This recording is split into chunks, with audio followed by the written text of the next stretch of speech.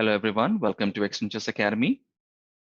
So now that we have gone through how to set up the board, the rules, and also we got introduced to each of the pieces and how they move, let's talk about some other aspects. So as we know, chess is a game played between two people. And the importance of the color is that white always gets to start the game and go first. So in a typical tournament, people could be tossing, or it could be a tournament director deciding on the color based on pairing and fixture. Computer pairs automatically based on several criteria. Regardless, white gets to move first.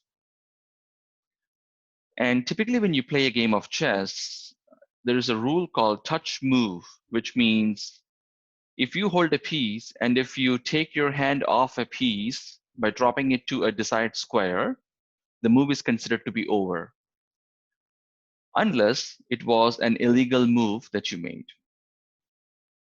So if you let your hands go off of the piece, the move is complete. But if you hold on your hand onto the piece, which could be annoying if you leave it there holding for some time, but still it lets you move back and actually make the desired move. If you want to change the square of the move, you can do it, but it's not advised. So you should really think well before you act, and once you decide and figure out and you are confirmed with the move, then only you go touch the piece and move it. Otherwise, your opponent can hold you accountable for touch move rule, which means you have to, if you touch the piece, you have to move it, regardless of that move can be positive for you or negative for you, either ways. During each player's turn, only one piece can be moved, and there is an exception for this rule. We will cover this in the later class. It's one of the special moves called castling. Castling is the only move permitted in chessboard where two pieces can move at the same time. Otherwise, you can only move one piece at a time, and you have to wait for each player's turn to be able to move their own respective pieces. So for instance, I make a move being white, then I will have to wait for my turn. Once you play as black, you make your move, then I can go for my next move. One another interesting factor to note is in chessboard, as we know, the pawns stand in front of the major pieces when you have a position like starting of the board, starting of the game, the base position. So in order to make any piece come out, you need to move the pawn. But there is an exception for that.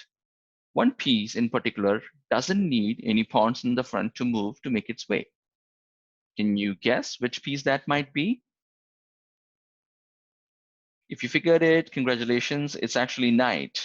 As we have seen, knight is the only piece that can jump L-shaped, so it doesn't really need a block or a piece to be moved ahead of its path.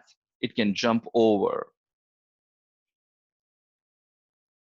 Now, once you decide to make a move, as I mentioned earlier, the piece can only move, the extent of the move is decided by its path, how clear your path is. If there are your own material or pieces in the path, or if there is opponent's piece in the path, you're obviously not able to full-fledged make a move in that direction.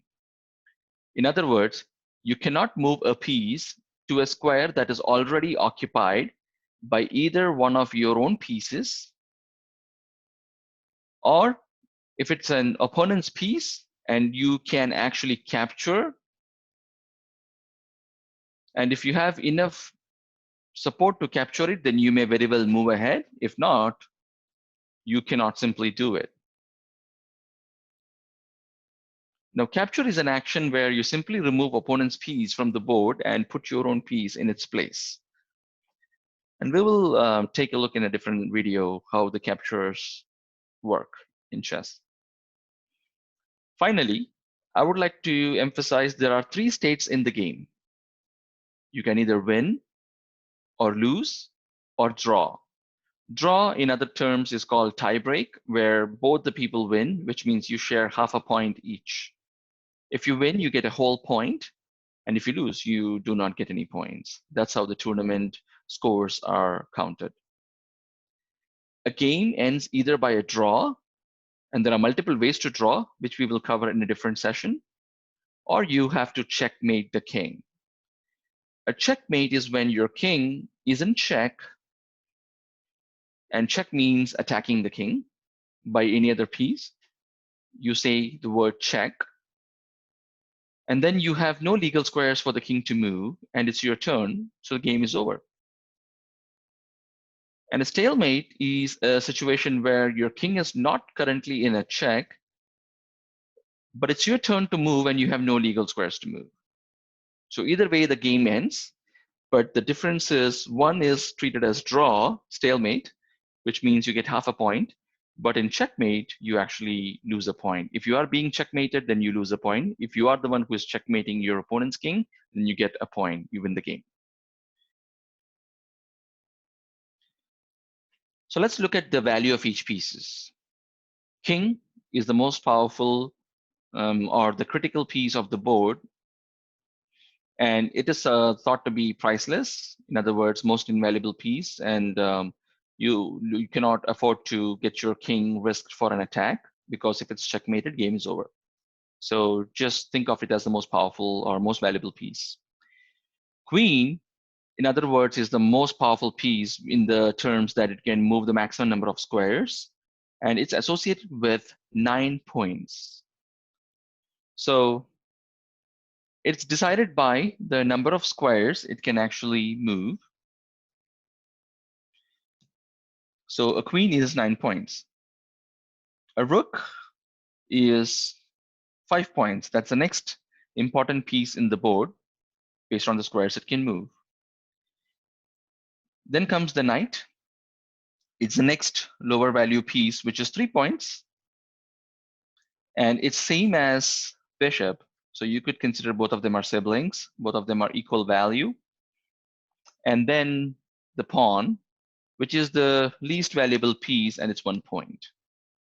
One easy way to remember this is the points in the chess is odd numbers. So it starts with 1, 3, 5, and 9.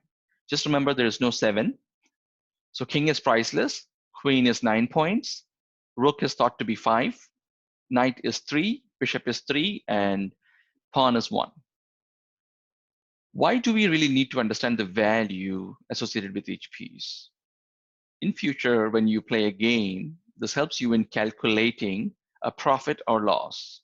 For example, if you want to make exchanges, you would make decisions like, is it worth to sacrifice my queen for opponent's rook? Because my queen is a 9-pointer and opponent's rook is only 5 points. So it doesn't seem like a good deal. It's a loss equation where 9 minus 5, 4. I lose 4 points. Similarly, you can make certain other decisions like, can a queen equate to 2 rooks? So it's 5 plus 5, 10, and I lose 9. Maybe, yes, because it's 1 point extra if you can gain 2 rooks. Or in other words, things like, can I give my queen for 3 pieces? Let's say 2 knights and 1 bishop, or maybe a rook and a knight and a bishop. So that's like 5 plus 3 plus 3, that's 11, and you give 9 points. Seems like a good deal because you are 2 points extra. So things of that nature, you need to know the value of each piece so that you can calculate and make sure when you make a trade, it's worth doing that trade. That's all for this video. Hopefully you understood the value associated with each pieces. Again, king is the most important or critical piece in the board. It's determined to be priceless or infinite value.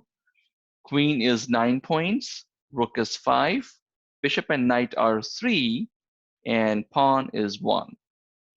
So if you have got time, join me in the next video. Thank you.